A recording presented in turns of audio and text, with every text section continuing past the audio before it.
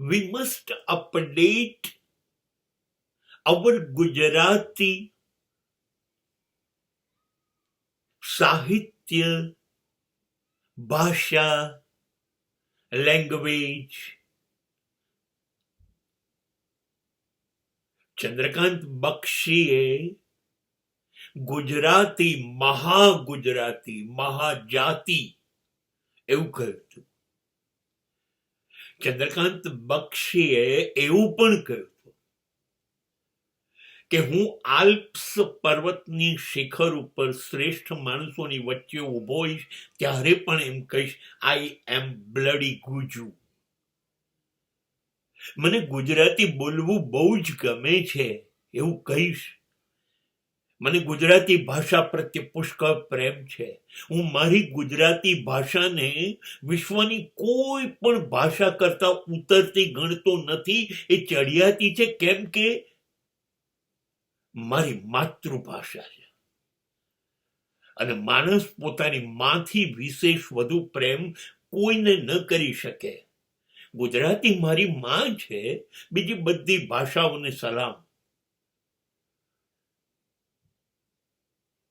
ગુણવંત શાહે તો કહ્યું હતું કે બધી ભાષાઓ માસી છે, એની જોડે સંબંધ હોય, ઓળખાણ હોય, પણ ધાવણ તો માનું પીવાય. સાચે આપણે ગમે તેટલું યા, હલો, ગમે તેટલું અંગ્રેજી ને બીજી ભાષાઓ બોલી અને નાટક કરવાના પ્રયત્નો કરીએ,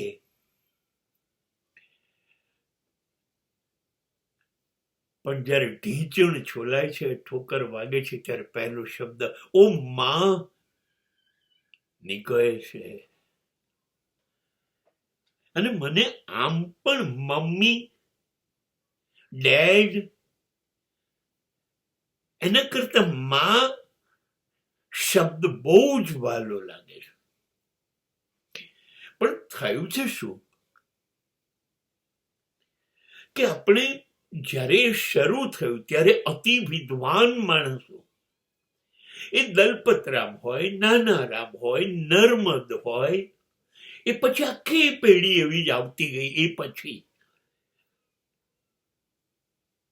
એ ઉમાશંકર જોશી હોય, ગોવર્ધનરામ ત્રિપાઠી હોય, આનંદ શંકર બાપુ ધ્રુવ હોય, આ આખી પેઢી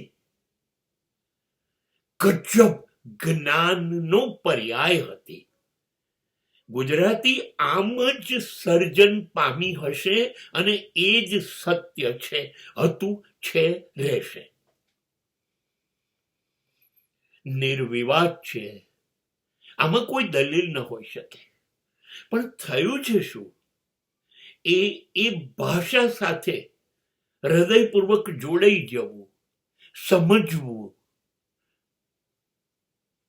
એ જે પેઢી હતી એ પેઢી ઘટતી ગઈ.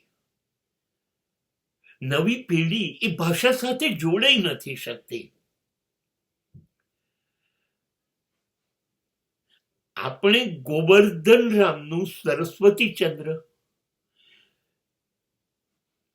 કે ભદ્રમ ભદ્ર કે કોમા મુનશીની વાતો, રમણલાલ દેસાઈ, ધૂમકેતુ, અહીં સુધી આપણી નવી પેઢી નથી પહોંચી, નથી સમજી શકતી અદ્ભુત બાબતોને. એનો રસ એમાં નથી. એને સહેલું સહેલું જોઈએ છે, ગળે ઉતરી જાય એવું, જે આનંદ આપે, મજા આવે એવું જોઈએ છે. એમને હેરી પોટર જોઈએ છે, એમને રહસ્ય કથાઓ જોઈએ છે, એમને સાહસ કથાઓ જોઈએ છે. એમના મગજમાં ઉતરે એવા માણસો ચાલશે. પછી અશ્વિની ભટ્ટની બધી જ નવલકથાઓ 1000 પાનાની હશે તો પણ હૃદયપૂર્વક વાંચશે. ચંદ્રકાંત બક્ષીના 250 પુસ્તક વાંચનારા લોકો છે, વસાવનારા છે. એ નવી પેઢીના લોકો છે.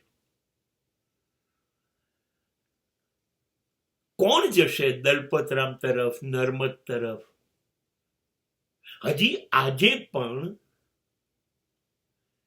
શ્વેતાંશુ યશચંદ્રની કવિતા કોઈને નહીં સમજાય, લોકોને એમાં રસ નથી લેવો.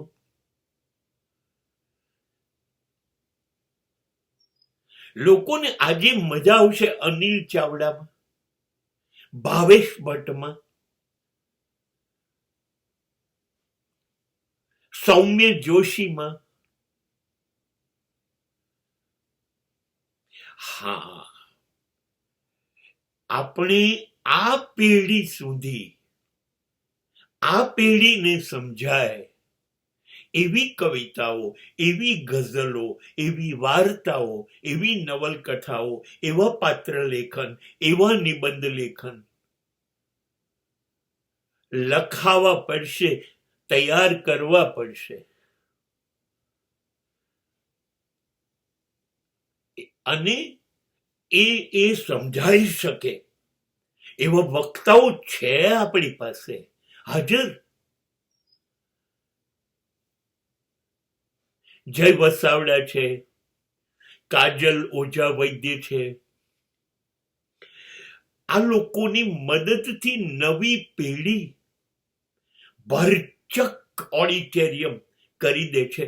કેમ? રસ તો છે, પણ અમને સમજ પડે એવું ગુજરાતી હોય તો. અમે ભારેખમ વસ્તુઓ નહીં વાંચીએ. એટલે હવે ગુજરાતી સાહિત્યએ